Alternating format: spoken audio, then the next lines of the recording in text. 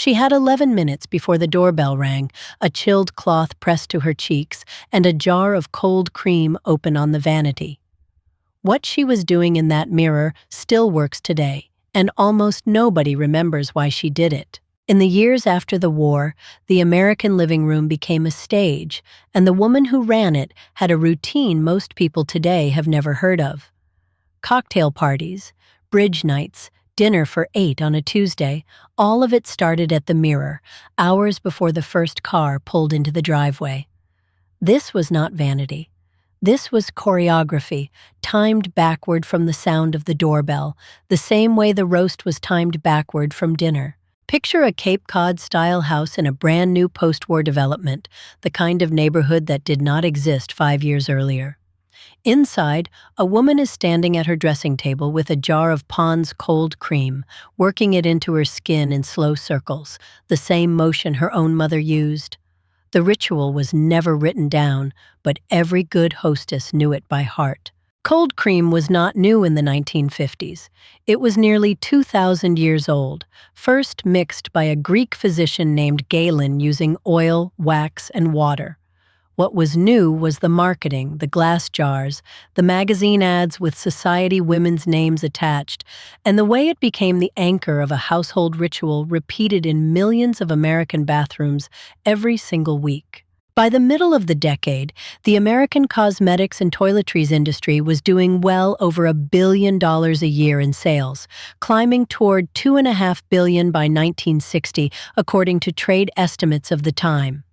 That money was not just lipstick and perfume. A huge share of it was the quiet, practical stuff, the creams and powders that lived in the medicine cabinet and came out an hour before company arrived. Here is the misconception worth clearing up before we go further. People today assume every one of these old rituals was either a golden age of glamour or a cautionary tale of women trapped at the mirror. Neither is quite right. The pre-party routine was real work, real pressure, and it was also genuinely about the hostess feeling composed and steady when she opened her own front door. Both things were true at once. Let's start with the one word that confuses almost everyone who hears it now: vanishing cream. It sounds like a promise to erase wrinkles or age, something out of a fairy tale jar. It was nothing of the sort, and once you understand what it actually did, an entire evening's worth of preparation starts to make sense. Vanishing cream got its name because the cream itself vanished, absorbing invisibly into the skin within a minute or two, leaving nothing behind but a smooth, matte surface. That surface was the entire point. It was a primer, applied specifically so face powder would sit evenly instead of streaking or catching in fine lines under the harsh light of a living room lamp, or worse, a camera flash at the party. That detail about lighting matters more than people realize. Home entertaining in this era came with a new problem: warm, incandescent bulbs strung through the living room, and increasingly, a neighbor or a husband snapping photographs with a flash camera to remember the evening. A shiny forehead that looked fine in daylight suddenly looked damp and unflattering in a photograph. Vanishing cream and a good dusting of powder solved a problem daylight never created. There is a whole world hiding in what nobody thought to save. Nobody wrote a museum plaque for a jar of vanishing cream, but somewhere in a kitchen right now, a woman is patting on a mattifying primer before a video call, using the exact same logic her grandmother used before a cocktail party, and she has probably never once connected the two. Now picture the powder room itself, because that room had a job most modern homes have completely forgotten. In a 1950s house being readied for a party, the powder room was not just a bathroom. It was a staging area, stocked and checked twice before guests arrived, with fresh hand towels, a dish of mints, and a small stack of thin paper sheets nobody uses anymore. Those thin sheets were called Papier Poudre, blotting papers, and they existed specifically because of the lighting problem we just talked about. A quick press against the forehead and nose lifted, shine without disturbing a single grain of powder underneath, which mattered enormously for a hostess who needed to look composed through hours of cocktail hour, dinner, and coffee in the parlor after. It disappeared from dinner parties, but it still works. Blotting papers never actually left the market. They just quietly moved from the powder room to the purse, and today they are sold in nearly every drugstore beauty aisle under the same basic promise: oil control without disturbing makeup, using the same rice paper logic a 1950s hostess relied on between courses. Let's talk about the timing itself, because this is the part etiquette writers of the era took extremely seriously. Emily Post and Amy Vanderbilt, the two names every homemaker's bookshelf carried, both stressed that a hostess should never look rushed at her own front door. The beauty routine was budgeted well over an hour, not because Vanity demanded it, but because Composure did. A rushed, flushed hostess was considered a small social failure, the equivalent of a lopsided cake or a burnt roast. So the routine ran on a schedule as strict as the menu. Bath first, then the cold cream cleanse, then a rest with her feet up while the roast finished, and only in the final half hour did makeup and hair go on, time to be finished a full 30 to 45 minutes before the first guest arrived. Why does that buffer number matter so much? Because it meant the hostess was never applying lipstick with one ear on the doorbell.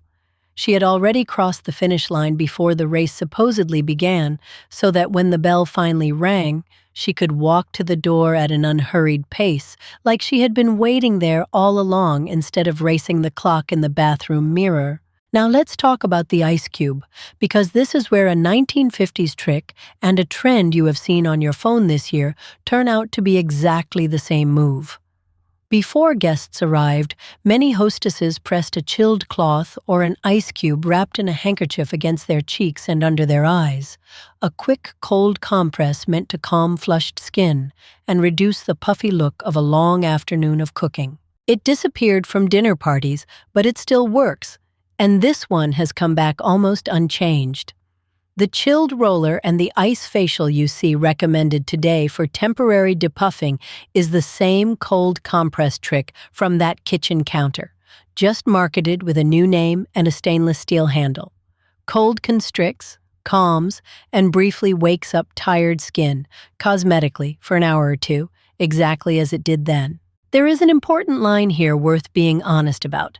This is a cosmetic effect, temporary and surface level, not a medical treatment, and no one in 1955 or in 2026 should mistake a cold compress for anything more than a brief, pleasant trick before company arrives. But as far as harmless little rituals go, this one has aged remarkably well. Let's move to the icebox itself, because some of the best pre-party rituals were not bought at the drugstore at all. They were made from whatever was left over after the baking was done. A hostess making a cake for dessert often had buttermilk left in the bottle, and rather than let it go to waste, she smoothed a bit onto her face and let it sit while she rested before dressing. There is a whole world hiding in what nobody thought to save, and this is a good example. Nobody wrote a cookbook entry for using leftover buttermilk on your skin because it was not a recipe, it was thrift. The same instinct that turned bacon grease into gravy and stale bread into stuffing. Waste nothing, use everything, even the ingredients still sitting on the counter after the party prep was done. Here is the part modern skin science actually backs up. Buttermilk contains lactic acid, a mild alpha-hydroxy acid, the same broad family of ingredient used in a great many exfoliating products sold today. Nobody in 1955 used the phrase alpha-hydroxy acid, but the underlying chemistry connecting a kitchen counter ritual to a modern skincare aisle is real, and it is one of the more surprising threads running through this whole story. Oatmeal followed a similar path, stirred into a paste and left on the skin for a few quiet minutes before a bath, often recommended in the same magazine columns that ran the week's party menu right alongside it. It was cheap, it was already in the pantry, and it gave a woman a few minutes of stillness in an otherwise frantic afternoon of vacuuming, flower arranging, and table setting. That ingredient also happens to have real, lasting standing. Colloidal oatmeal is recognized today as an effective topical skin protectant, still used in modern lotions and bath products for sensitive or irritated skin. It is one of the few kitchen cabinet remedies from this era that moved cleanly from folklore into an accepted modern skincare ingredient list, unchanged in substance, if not in packaging. Now to the drugstore bottle that has genuinely never left the shelf. Witch Hazel, an inexpensive skin freshener sold in nearly every American pharmacy of the decade, was patted on with a cotton pad after the cold cream cleanse to tighten and calm the skin before makeup went on. It cost almost nothing, and it was one of the most common bottles on a 1950s bathroom shelf. Your grandmother knew how to make a room feel like home. And it turns out she also knew a genuinely sound piece of skincare when she saw one. Witch Hazel is still sold today, still recommended by many dermatologists as a mild astringent for certain skin types, and it sits in the exact same category now as it did then. Cheap, simple, and effective enough that 70 years of skincare innovation never fully replaced it.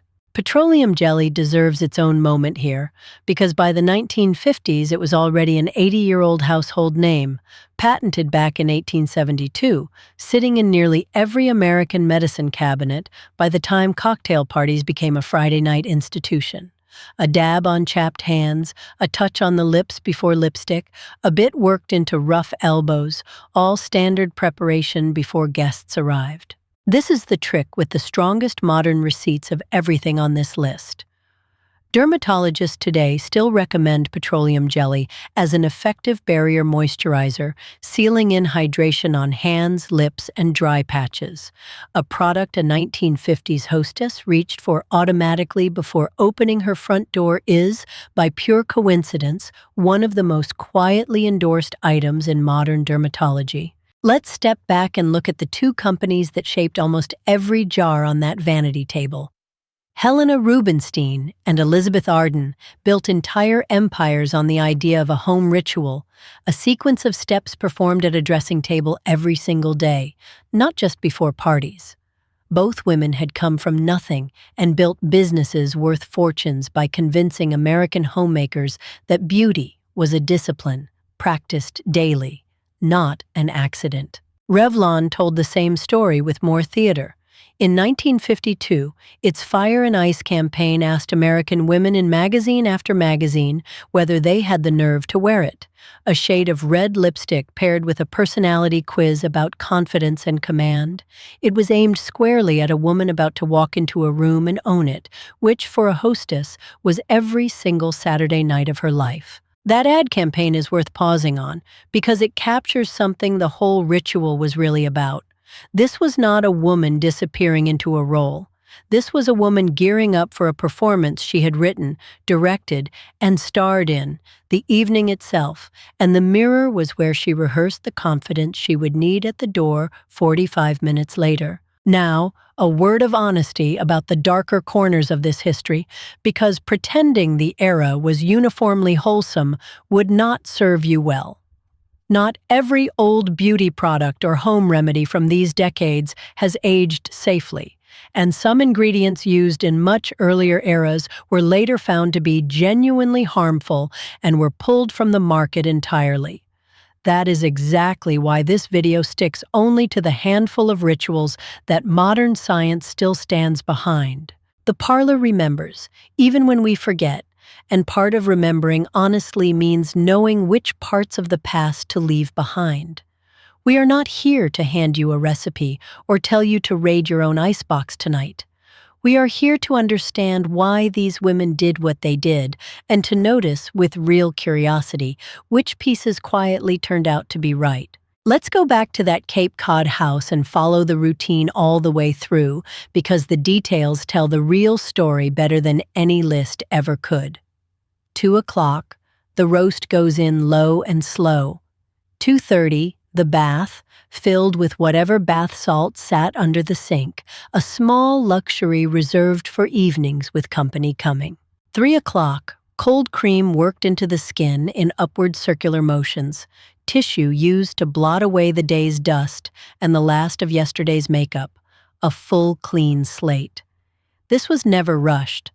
Cold cream needed a minute or two to loosen everything sitting on the skin's surface before it was wiped away, and skipping that minute was considered sloppy, the kind of shortcut a careless hostess took. 3:30, witch hazel on a cotton pad, the whole face patted rather than rubbed, followed by 20 quiet minutes with her feet up and a damp chilled cloth over her eyes, the roast filling the house with its smell as she rested. This stretch of stillness, more than anything else, was the part that has vanished most completely from modern life. 4 o'clock, vanishing cream smoothed on as a base, then loose face powder pressed in with a puff, working outward from the center of the face, a technique meant to avoid streaks under lamplight. 4:30, rouge, lipstick, and a careful check in the mirror from 3 different angles, because a mirror straight on lies about how a face looks from across a crowded room. 5 o'clock, hair released from its rollers, brushed and set with a light spray, the scarf that protected it all afternoon finally coming off. 5:30, the dress, the pearls, a last dab of perfume at the wrists and behind the ears. 6 o'clock, the roast comes out to rest, and so does she. 30 minutes of nothing at all before the doorbell rings at 6:30 sharp. Look at that sequence laid end to end, and you start to see it was never really about the face at all. It was about walking to that door at 6:30 with nothing left to think about except her guests, because every decision about how she looked had already been made, tested, and settled 4 hours earlier. It disappeared from dinner parties, but it still works, and here is the uncomfortable comparison worth sitting with for a moment. How many of us today are still applying makeup in the car or answering the door mid-conversation on the phone, flustered because there was no 4-hour runway built into the afternoon at all? The ritual is gone. The reason for it never actually stopped being true. Let's talk for a moment about who was actually selling all of this, because the advertising itself is a fascinating piece of the puzzle. Pond's ran testimonial campaigns for decades leading into the 1950s, featuring real society women and debutantes with their names printed beside the ad, endorsing cold cream the way a modern brand might use a celebrity spokesperson today. It is a strange thing to realize that the influencer endorsement, so often treated as a purely modern invention, was already a well-developed advertising tool 70 years ago, just printed on glossy magazine paper instead of a phone screen, and read at the kitchen table instead of scrolled through on a couch. Noxzema was another fixture, marketed as a medicated skin cream rather than a pure luxury, which gave it a place in the medicine cabinet as much as the vanity table. Its bright blue jar sat in millions of American bathrooms by the 1950s, used both for sunburn relief and as an everyday part of the cleansing step before company arrived. Let's pause on a genuinely surprising fact most viewers will not know. The entire concept of a matte finish under stage or camera lighting predates the home party trend by decades, borrowed directly from stage and early film actresses who needed a face that would not shine under hot lights. The suburban hostess, without ever knowing it, was using a technique developed for the theater and applying it to her own living room stage. That connection is not a stretch. Home movie cameras and flash photography were becoming common in middle-class households through the decade, and every party was a potential photograph that would end up in a family album, shown to friends for years afterward. The pressure to look composed was not just social. It was, quite literally, going to be preserved on film. Now let's return to the receiving line itself, because this was the actual moment the entire routine was built for. As each guest arrived, the hostess greeted them personally at the door, by name, often with a small comment tailored to that person, before guiding them into the living room. It was considered the single most important social skill a hostess could master. Amy Vanderbilt's post-war etiquette guide devoted real attention to this exact moment, instructing hostesses to appear unhurried and genuinely pleased, never distracted by the kitchen or the clock. Every piece of the pre-party beauty routine existed to make that 30 seconds at the door look effortless, even though it was the product of 4 hours of careful, deliberate work. It is worth sitting with that word, effortless, because it is doing so much work in this story. The entire ritual existed to erase all evidence of itself. The cold cream, the witch hazel, the 20 minutes of rest, the vanishing cream and powder, none of it was meant to be noticed.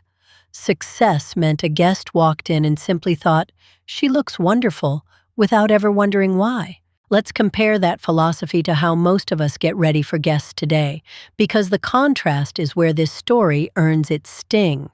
Modern entertaining is often scheduled with barely enough time to set out the food, let alone rest with a chilled cloth over closed eyes for 20 quiet minutes beforehand. The ritual did not just disappear, the entire cushion of time around it disappeared with it. It disappeared from dinner parties, but it still works, and that sentence applies as much to the schedule as it does to the cold cream. Building in a real buffer before guests arrive, even 15 quiet minutes with nothing demanded of you, is a piece of hosting wisdom that has nothing to do with any particular product and everything to do with simply protecting your own composure. Let's look at how quickly all of this changed once the 1960s arrived, because the shift was not gradual, it was almost a hinge. The counterculture and the early years of the women's movement began pushing back hard against elaborate, hours-long beauty rituals, framing them as symbols of a domestic role many women were eager to step out of. Cosmetics marketing itself pivoted hard toward the natural look almost overnight, less powder, less structure, a fresher and more casual face that mirrored a culture growing less formal in general. The receiving line, the 4-hour countdown, the powder room stocked like a small pharmacy, all of it started to feel like it belonged to a world that was quickly ending. By the 1970s and 1980s, home entertaining itself had changed shape entirely. The formal cocktail party and its careful receiving line gave way to more casual gatherings, potlucks, backyard barbecues, and eventually, the slow rise of restaurants and takeout replacing the dinner party altogether as the default way Americans spent an evening with friends. And as home entertaining faded, so did the beauty rituals built specifically around it. Nobody needed a receiving line face for a backyard cookout in shorts and sandals. And nobody needed 4 hours of preparation for takeout eaten on the couch in front of the television. The rituals did not vanish because they stopped working. They vanished because the occasion they were built for stopped happening. That is really the heart of what this whole channel keeps circling back to. It was never that the old ways were foolish and we simply outgrew them. It was that an entire structure of American social life, the parlor, the cocktail hour, the receiving line, quietly dissolved, and every small ritual tied to it dissolved right along with it, whether or not it still had value. Let's bring this back around to today, because the story does not end in the 1980s. There has been a real, documented resurgence of interest in exactly these old staples over the last several years, driven largely online, under labels like vintage skincare and old money aesthetic, and it has pulled cold cream, petroleum jelly, and witch hazel back into modern conversation. What is happening, in plain terms, is that an entire generation is rediscovering, largely by accident, that some of the cheapest and oldest products on the drugstore shelf were quietly doing their job the whole time, while decades of newer, more expensive alternatives came and went around them without ever fully replacing the basics. There's a whole world hiding in what nobody thought to save, and that is precisely what is happening here. Nobody preserved the vanishing cream jars or the Papier Poudre cases in a museum case. They just sat quietly on drugstore shelves for 70 years, waiting for someone curious enough to notice they were still there the entire time. Let's zoom out one more time and count what actually held up. Cold cream, still a legitimate gentle cleansing method recommended for sensitive skin. Petroleum jelly, still one of Dermatology's most trusted barrier moisturizers. Witch hazel, still sold as a mild astringent 70 years later. Oatmeal, still an officially recognized skin protectant. That is a remarkable batting average for a drugstore shelf from 1955. And to be fair and balanced about it, not everything survived, and that is worth saying plainly rather than glossing over. Some fashions in home beauty from these decades and from earlier ones faded because they simply stopped being useful once habits and technology changed, and a few faded because they were quietly found to be unwise. That mix of outcomes is exactly what you would expect from 70 years of trial and error. What makes this particular set of rituals worth remembering is not nostalgia for its own sake. It is that they were built around a genuinely thoughtful idea that preparing to welcome people into your home deserves real attention, unhurried and deliberate, rather than something squeezed into the 10 minutes before the doorbell rings.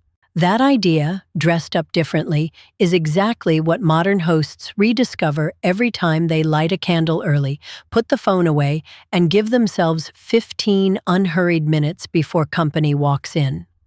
The specific jar on the vanity table changed. The instinct underneath it, to be present and composed for the people about to walk through your door, did not. Let's return one last time to that Cape Cod house, because every good story on this channel deserves to end where it began. It is 6:30 now.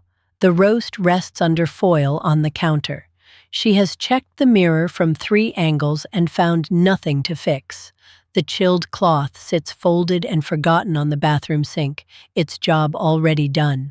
The doorbell rings, right on schedule, and she does not rush toward it.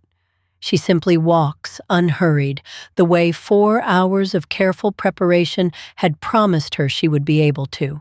She opens the door with a smile that looks entirely natural because by that point, it genuinely was. Nobody at that party ever knew about the buttermilk, the witch hazel, or the 20 minutes with her feet up. That was the entire point. The ritual was never written down, but every good hostess knew it by heart, and every guest simply experienced the result, a woman who seemed effortlessly, warmly, completely in command of her own evening. It is worth asking, honestly, what the modern equivalent of that discipline even looks like anymore. Not the specific jars. We are not suggesting anyone raid the Icebox before their next dinner party, but the deeper habit of protecting a quiet block of time before guests arrive, treating your own composure as part of the hospitality you are offering. It is a strange kind of generosity when you think about it that way. All that private effort, the cold cream and the powder and the careful timing existed entirely for other people's benefit, so that guests walked into a warm, unhurried room instead of catching a hostess mid-scramble. The self-care of it was almost incidental to the real goal, which was making everyone else feel welcome. There is a whole world hiding in what nobody thought to save, and honestly, that might be the best way to describe this entire channel.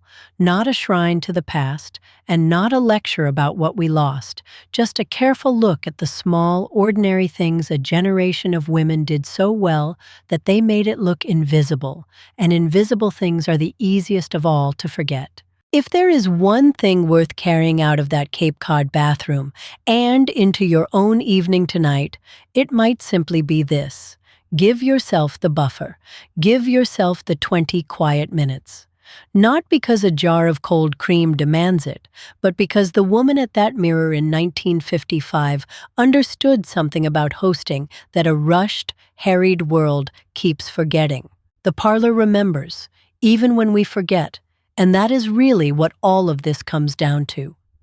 Every one of these small rituals, the cold cream, the chilled cloth, the witch hazel, the careful clock running backward from the doorbell, was a quiet act of care for the guests and for the woman standing at that mirror, learning to feel steady before she ever opened the door. So the next time you see a jar of cold cream at an antique shop or a bottle of witch hazel on your own bathroom shelf, you will know exactly what it was really for. Not vanity, not a beauty magazine fantasy. Just a woman on a Tuesday afternoon in a brand new suburb, getting ready to make an ordinary evening feel like something worth remembering. That is the thread running through this whole channel, if you have not noticed it yet. Your grandmother knew how to make a room feel like home, and so much of how she did it was never written down in any cookbook or etiquette manual, just passed quietly from mother to daughter, mirror side to mirror side, one prepared evening at a time. We will keep pulling these small forgotten rituals out of the parlor, one at a time, because there is so much more still waiting there. If tonight's story made you think of your own mother's dressing table or the smell of cold cream in your grandmother's bathroom, I would love to hear about it. Leave it in the comments below, and if you want more of these vanished rituals brought back into the light, stay close to this parlor. There is always another door about to open, another evening about to begin, and another small forgotten trick waiting to be remembered. I will see you at the next one.